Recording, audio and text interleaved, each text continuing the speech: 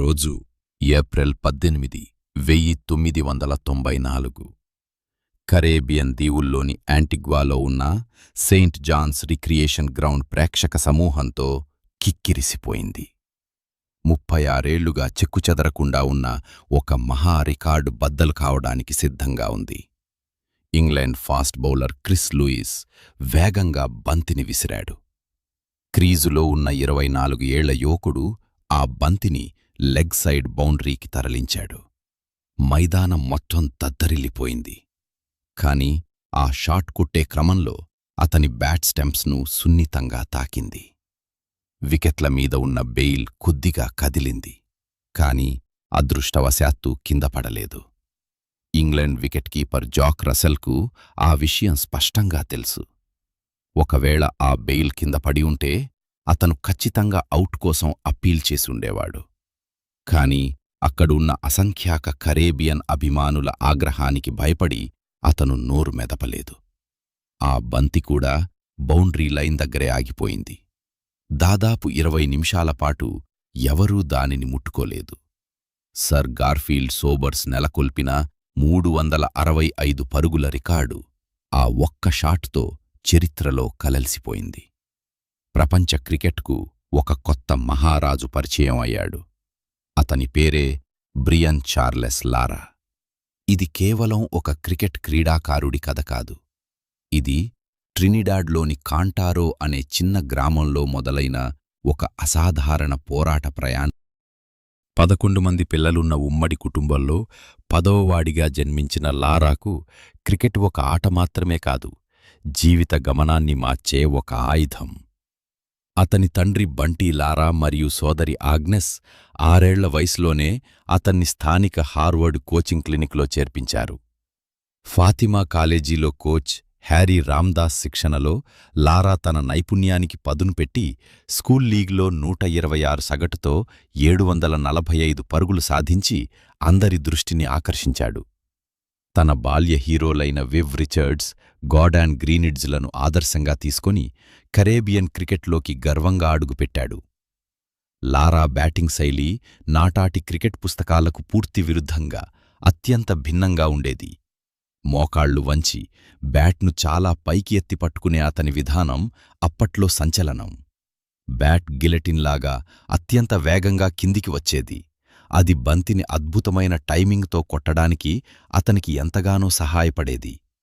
తన చేతులను ఎడమ కంటికి చాలా దూరంగా ఉంచుకుంటూ ఆఫ్ సైడ్లో ఎక్కడికైనా బంతిని సునాయాసంగా తరలించే అసాధారణమైన ప్రతిభ అతనికి సొంతం. ఇంగ్లండ్ కెప్టెన్ మైక్ ఎదర్టన్ ఒకసారి స్లిప్ ఫీల్డర్ను తీసేసిన మరుక్షణమే ఆ ఖాళీ ప్రదేశం గుండా కావాలనే లారా బంతిని బౌండరీకి పంపాడు.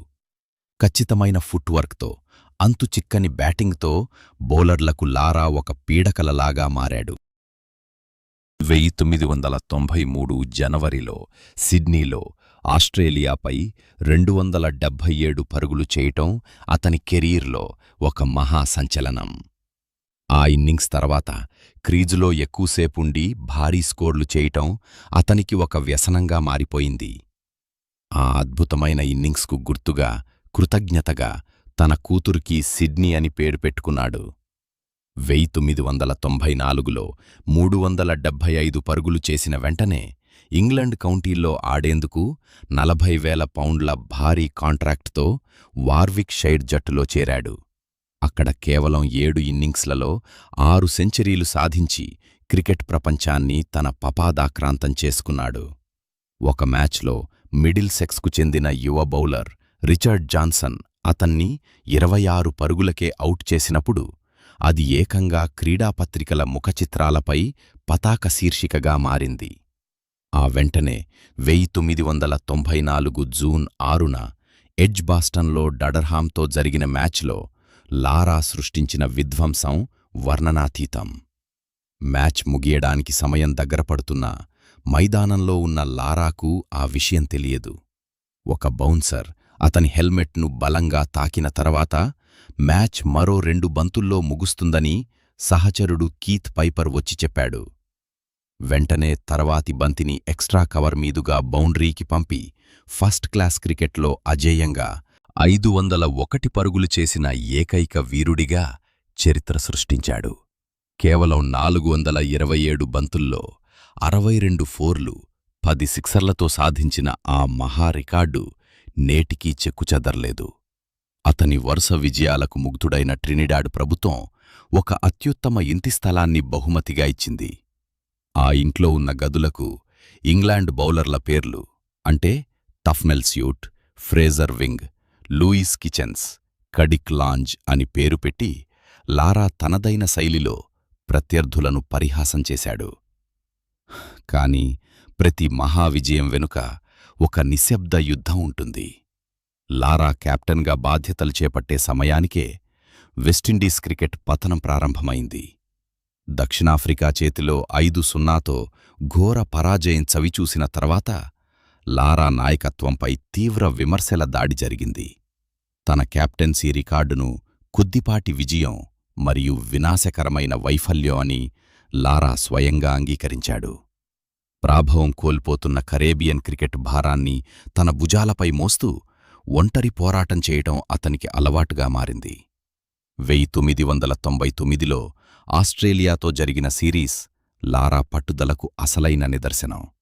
బ్రిడ్జ్ టౌన్లో 311 పరుగుల లక్ష్యఛేదనలో కేవలం 1 వికెట్ మాత్రమే మిగిలి ఉండగా అతను అజేయంగా 153 పరుగులు చేసి జట్టుకు చారిత్రాత్మక విజయాన్ని అందించాడు.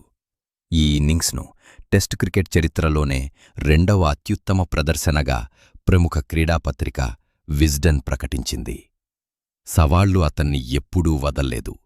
2003లో ఆస్ట్రేలియా విధ్వంసక బ్యాట్స్మన్ మాథ్యూ హేడన్ 380 పరుగులు చేసి లారా పేరిట దశాబ్దకాలంగా ఉన్న టెస్ట్ రికార్డును బద్దలుకొట్టాడు.